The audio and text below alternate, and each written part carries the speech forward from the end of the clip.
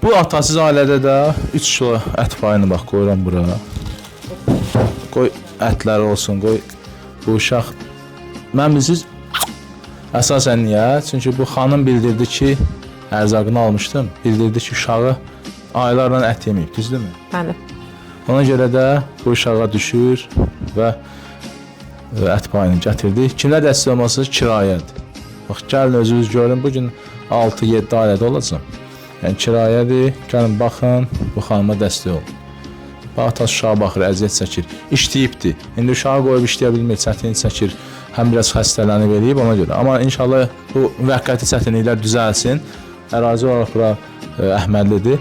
Müvəqqəti çətinliklər düzələndən sonra işləyəcək də hər şey yoluna düşəcək. Ona görə bu çətinlik zamanı bu ailələrə dəstək lazım.